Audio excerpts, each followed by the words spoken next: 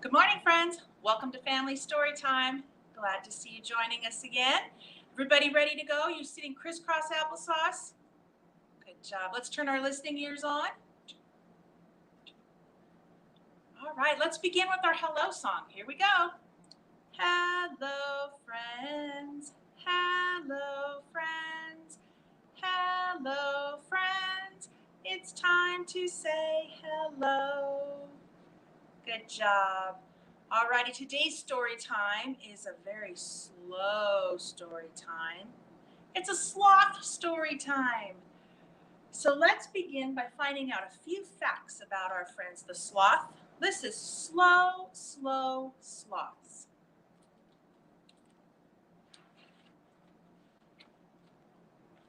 I'd like to thank Penguin for allowing us to read this today. Slow sloths.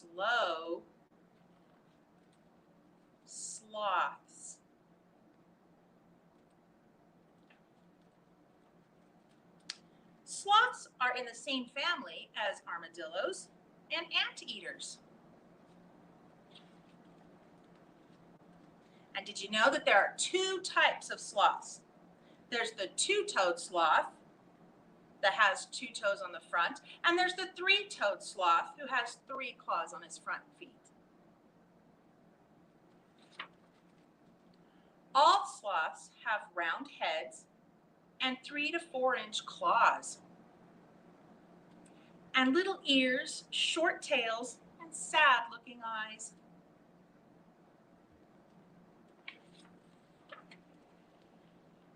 But the three-toed sloth always looks like it's smiling. Sloths are born way up high in the trees. The baby sloths cling to their mother's bellies until they can take care of themselves. Can you guys see that baby on there?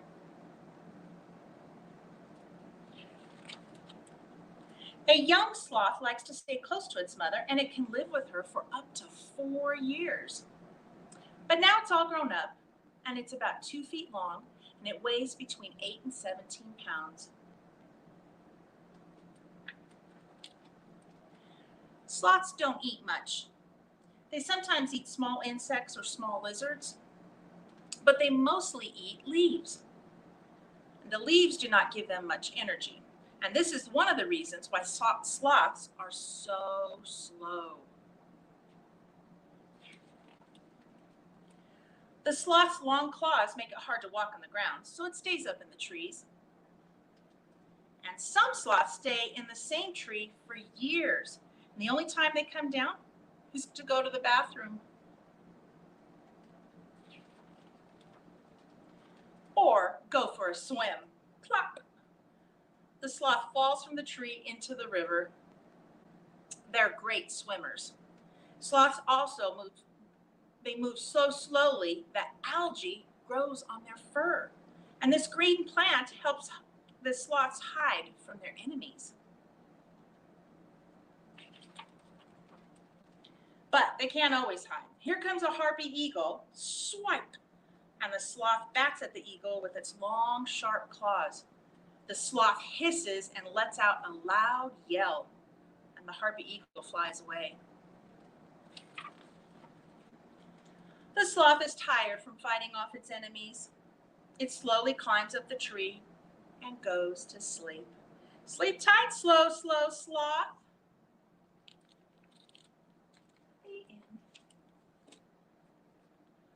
Alrighty, for our second book, we're going to do a digital book. That is the Sloth Who Slowed Us Down.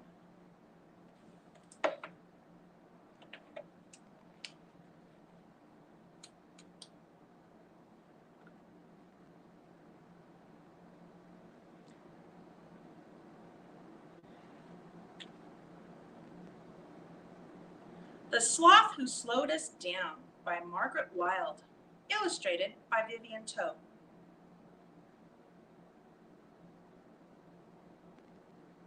Amy's family was the speediest family in the world.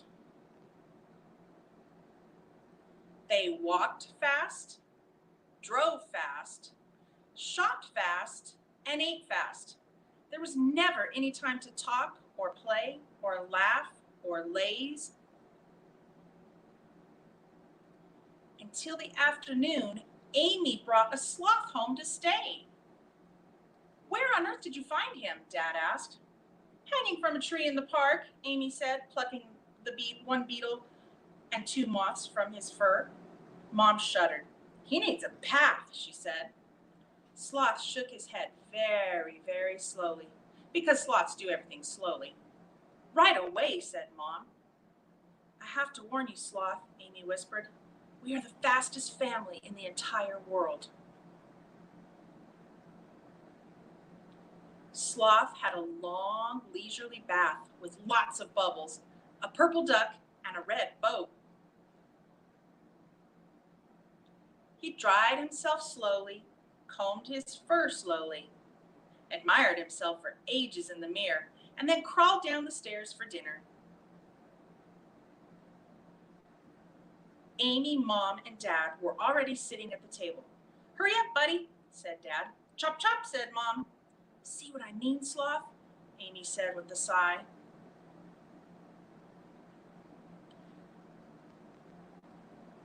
Sloth ate very, very slowly. He was so slow that Amy had plenty of time to talk about the things that had happened that day.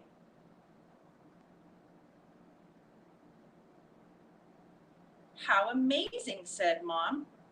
I wish I'd been there, said Dad. When Sloth had finished helping, very slowly, to do the dishes, Dad said, There's just enough time for a quick trot around the block before bedtime. But Sloth couldn't trot. He dragged himself along very, very slowly. So slowly that Amy and Mom and Dad had plenty of time to chat with the neighbors, pet a cat, throw a stick for a friendly dog, admire the moon, and try to find the red star. When they got home, Sloth made himself comfortable, hanging from a tree in the garden. Amy hugged him goodnight. Thank you, she whispered. This has been the best day of my life. Sloth stayed for 3 glorious weeks. Look at all the activities they did. But one morning, Sloth moved next door to the new speediest family in the world.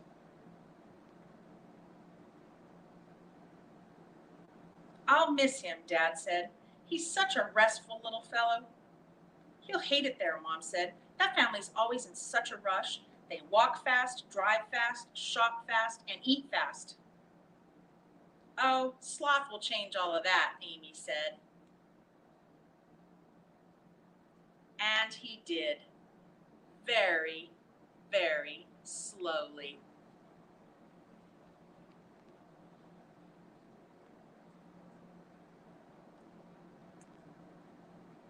That was a cute story.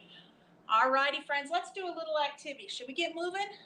Let me have you all stand up where you're at, okay? All right, we're going to practice our colors. Can you tell me what color this is? Red, exactly. And this color? Green, good job. And one last color. Yellow, very good. So in a stoplight, red means what? Stop, very good. And if you come up to a green light, that means go, go, go, go. And yellow means slow, slow down. So let's get you marching in place, all right? And everybody march. Green, go, fast, go fast. There we go, fast, fast, fast, fast, fast. Keep going, and stop. All right, good job. Ready, start marching. Slow. There we go, very slow.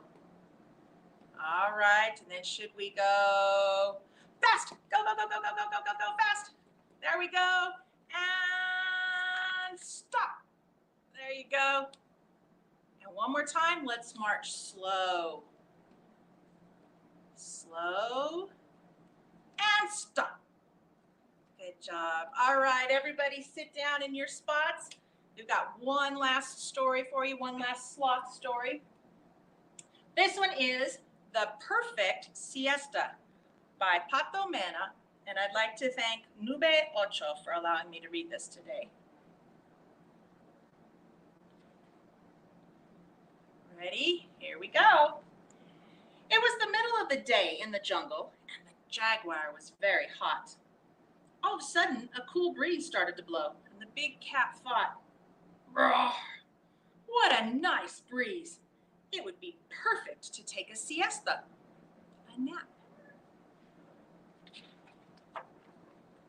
Just then, the jaguar saw a coati sitting on a branch up in a tree, and he said, "Hey, could you do me a big favor? I have something really important to do, but first, I'd like to take a little siesta. There's such a nice cool breeze. It's just too good to resist. Could you wake me up in exactly 10 minutes?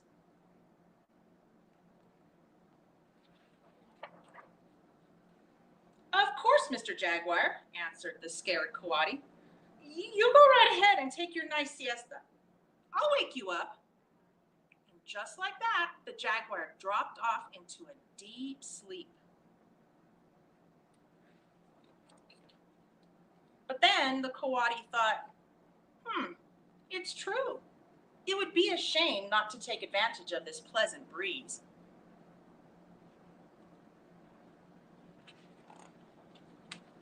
So the coati said to a cockatiel who was perched just a few branches above, "Hey, could you do me a favor? I have to wake up the jaguar in 10 minutes because he has something very, very important to do. But first, I want to take a little siesta. There's such a nice cool breeze. It's just too good to resist. Would you mind waking me up in 10 minutes?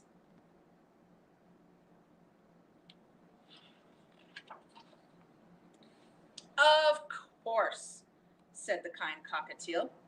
Go ahead and take your siesta. I'll wake you up. And just like that, the coati dropped off into a deep sleep.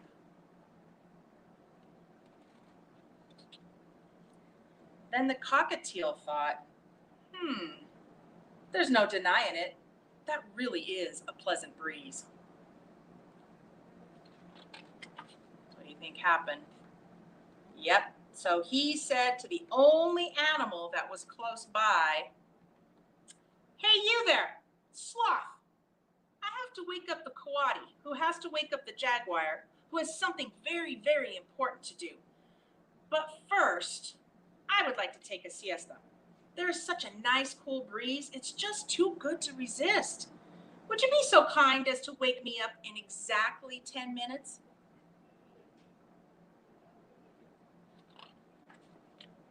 Really? Why? Sure. Of course. What? Replied the sleepy sloth.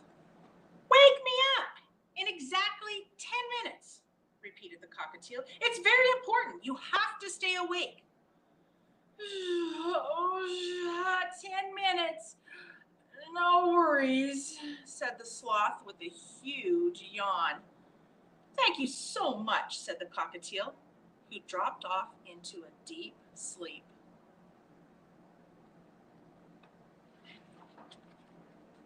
Just then, the sloth felt the cool breeze and realized that she should ask some other animal to wake her up in 10 minutes.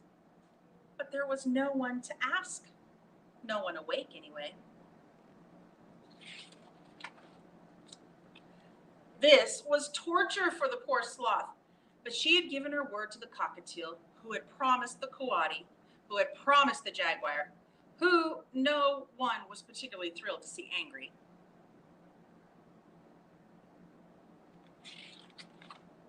I have got to stay awake, she said to herself. 1, 2, 3 minutes went by, and the sloth was battling sleep more than any other sloth in sloth history. 4, 5, 6 more minutes went by. She could almost hear the breeze whisper, "Sleep."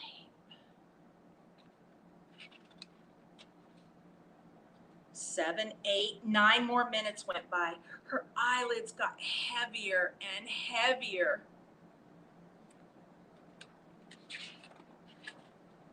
And just when there was only 1 more minute left before she had to wake the cockatiel up, the sloth fell fast asleep. Oh no! Then all of a sudden, the nice cool breeze that was blowing through the jungle turned into a huge, oh my goodness. The tremendously loud snore of the sloth woke up the cockatiel, the coati, and the jaguar. Bang! Right on the 10th minute.